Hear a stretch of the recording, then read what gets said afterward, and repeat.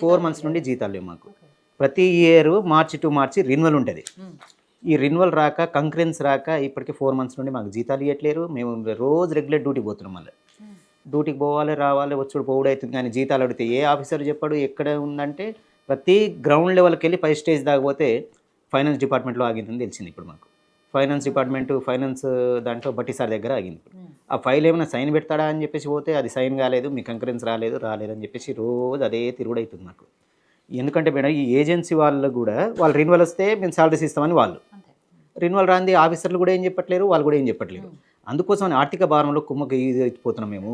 మాకు జీతాలు ఎస్టీలు జీతాలనే ఇవ్వండి ఫస్ట్ అని చెప్పేసి ఈ పోరాటానికి ఇది చేస్తున్నాము.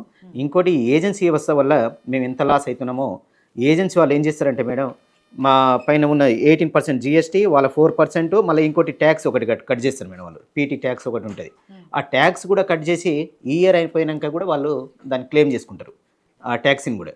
తర్వాత ఈ ఏజెన్సీ వాళ్ళు ఏం చేస్తారంటే మళ్ళీ ఒక బ్యాంకులకు వెళ్ళి దీన్ని టర్న్ ఓవర్ లోన్ తీసుకుంటారు. ఇప్పుడు వాళ్ళు గవర్నమెంట్ దగ్గర నుండి ఎప్పుడైతే ఏజెన్సీ అలాట్ అవుతుందో ఆ ఏజెన్సీ చూపించి గవర్నమెంట్ దగ్గర నుండి బ్యాంకర్ల దగ్గర నుండి వాళ్ళు టర్న్ ఓవర్ అలాట్మెంట్ తీసుకుంటారు లోన్ తీసుకొని గవర్నమెంట్ నుండి ఎప్పుడైతే ఆయనకు బడ్జెట్ వచ్చినా అదంతా రొటేట్ చేసుకొని తర్వాత 20 తారీఖు 30 తారీఖు ఆ మంత్ ఇస్తే ఇయ్యాడు, లేకుంటే ఆయనకి ఇష్టం వచ్చినప్పుడు ఆయన కుదిరినప్పుడు ఇస్తాడు. మళ్ళీ అది శాలరీస్ కూడా గవర్నమెంట్ బిల్ క్లెయిమ్ చేసుకుంటాడు.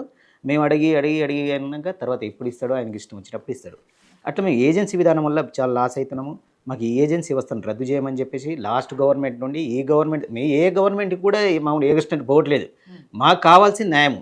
మేము తెలంగాణ బిడ్డలమే, కొట్లాడినాము, తెలంగాణ కోసం ఇది చేసినాము. ఈరోజు వద్దు తెలంగాణ అందరికి ఉమ్మడి రాష్ట్రంగా ఉందామన్నారు. ఆంధ్రప్రదేశ్లో 2018లో అక్కడ కార్పొరేషన్ ఏర్పడింది. జగన్ సార్ అక్కడ కార్పొరేషన్ చేసి మేడం వాళ్ళకి 1వ తారీఖు సాయంత్రమే జీతం పడుతుంది. వాళ్ళ ఉద్యోగ భద్రత ఉంది, ESI PF కంటిన్యూ రన్నింగ్లో ఉంటుంది. ప్రతీది కూడా వాళ్ళకు మంచి సదుపాయం ఉంది. ఇప్పుడు మంచిగా చేసుకున్నారు వాళ్ళు. మనం కొట్లాడి తెచ్చుకున్న తెలంగాణలో ఇది ఎందుకు చేయలేకపోయినామో గత ప్రభుత్వం కూడా ఆలోచించాలి దీనికి.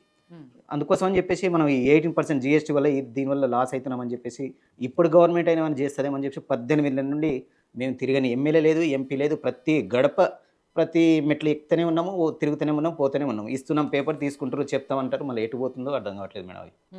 అంటే మీరు ఎమ్మెల్యేలు కలిసామంటున్నారు, అధికారులను కలిసామంటున్నారు, వాళ్ళ నుంచే అంటే వస్తున్న ఆన్సర్ ఏంటి? ఆన్సర్ అంటే అయిపోతుంది అని ఒకటే కార్పొరేషన్ చేస్తున్నామని. ప్రతిసారి కూడా ప్రతి ఎమ్మెల్యే పేపర్ తీసుకుంటాడు, ఒక ఫోటో దిగుతాడు, మళ్ళీ వచ్చేస్తున్నాడు. మా ఆనందం కోసం ఒక ఫోటో దిగుతాం, మళ్ళీ వస్తున్నాం. గ్రూప్లో షేర్ చేసుకోవాలి. ఇప్పటికే మేము గాంధీ భవన్ సెక్రటరీ అసలు ఎక్కడ తిరగని మెట్టు లేదు, పోని గడపలేదు మేడం. ఒక జిరాక్స్ తీసాలంటే 20 రూపాయలు అవుతుంది. ఇట్లాంటి 20 రూపాయలు 12 సంవత్సరాలు మేము బిడ్డ ఖర్చు 4 మంత్స్ నుండి జీతాలు లేవంటే మళ్ళీ మేము తిరుగుడు ఒకటి, మళ్ళీ డ్యూటీకి పోవడం ఒకటి, ఇది ఒకటి అవుతుంది. మళ్ళీ స్కూల్ డ్యూటీకి పోవాలి, డ్యూటీకి రాలేదు అనుకోండి ఎమ్మటి ఏజెన్సీ కానీ సార్ కానీ ఎందుకు డ్యూటీ రాలేదు ఏంది ఏమైంది కథ తీసుకోవాలి స్టార్ట్ అవుతుంది.